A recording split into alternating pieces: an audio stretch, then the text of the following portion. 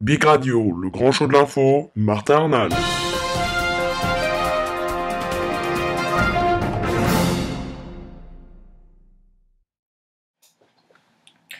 Bonjour à tous et bienvenue, merci d'être avec nous sur bigradio.fr, c'est parti pour le grand show de l'info, l'édition du lundi 6 mai 2013. Aujourd'hui, nous parlons de l'anniversaire de François Hollande, un anniversaire sans rupture. Le chef de l'État a donc choisi de réunir un séminaire gouvernemental pour marquer sa première année à l'Élysée. Le 10 mai 1982, François Mitterrand avait donné dans le registre militant un déjeuner rue de Solferino au siège du PS, puis une soirée à Bobino pour un concert de Catherine Ribeiro.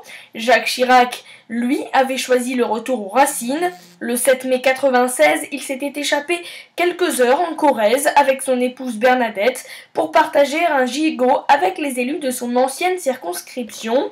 Quant à Nicolas Sarkozy, il avait souhaité que le 6 mai 2008 fût un jour comme un autre, au point de bouder à la dernière minute une grande fête organisée en son honneur, Salgavo, à Paris. Rien de tel cette année.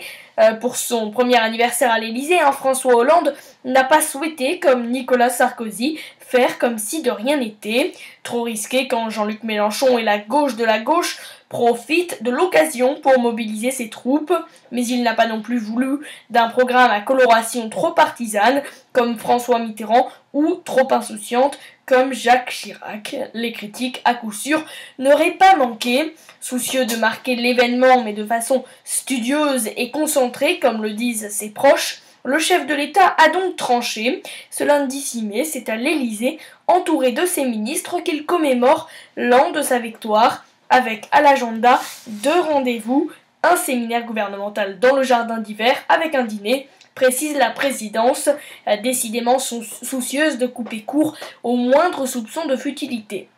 Pierre Moscovici, le ministre de l'économie et des finances, résume l'état d'esprit de la journée. L'idée n'est pas de verser dans la célébration ou l'autocongratulation, mais de montrer au gouvernement au travail entièrement mobilisé autour du président. Au-delà de la photo, que fallait-il attendre de cette rencontre prévue pour durer 4 heures et à l'issue de laquelle Najat Vallaud-Belkacem, la porte-parole du gouvernement, s'est exprimée.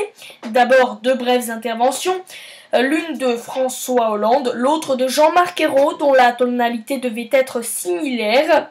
L'idée est de rappeler qu'après cette première année de réforme, il faut maintenant une mobilisation générale pour montrer que celle-ci porte leur effet. L'enjeu, c'est maintenant celui de monter en puissance, d'aiguillonner, de stimuler, indique l'Élysée. Il s'agit de décliner ce qui a été fait et ce que nous allons faire. C'est une sorte de bilan d'étape, ajoute Matignon. Contrairement au 22 août 2013 et au 3 janvier, quand Jean-Marc Ayrault avait présenté à ses ministres un programme détaillé de l'agenda gouvernemental des 6 mois à venir, ce bilan d'étape ne devait pas avoir de valeur prospective précise. Plutôt que de livrer une feuille de route, l'Élysée et Matignon ont préféré organiser des échanges autour de 4 thèmes dont la liste a été adressée aux ministres à la veille du week-end. L'agenda législatif des mois à venir, l'emploi, la croissance et la jeunesse, autrement dit les priorités qu'a rappelé Jean-Marc Ayrault dimanche 5 mai sur TF1 et que martèlera à nouveau François Hollande le 16 mai lors de sa 2e conférence de presse du quinquennat. Au-delà de la libre discussion attendue, un objectif est assigné à cette rencontre. Après les récentes sorties de plusieurs ministres contre l'austérité, après les déclarations de plusieurs membres du parti socialiste contre la politique menée par la chancelière allemande Angela Merkel, l'idée est de préciser à nouveau la ligne économique du gouvernement au lendemain du délai accordé par la Commission européenne à la France en matière de réduction des déficits.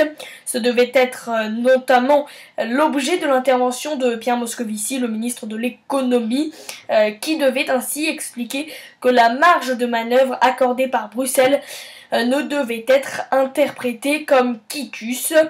Un séminaire et un déjeuner, le 4e organisé à l'Élysée en présence de tout le gouvernement depuis un an. Suffiront-ils pour autant à mettre du liant dans une équipe qui a tant de mal à jouer groupé?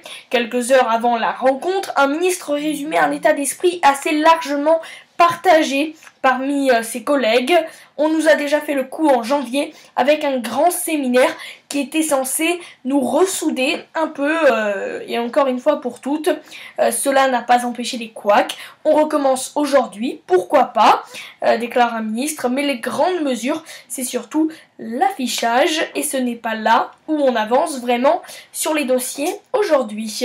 Voilà donc pour ce que nous pouvions dire aujourd'hui sur François Hollande qui fête son anniversaire à l'Elysée lors d'un court séminaire. Voilà, c'est la fin du grand show de l'info. Merci à tous et toutes de l'avoir suivi. Et moi, je vous retrouverai demain pour de nouvelles actualités. Très bonne soirée.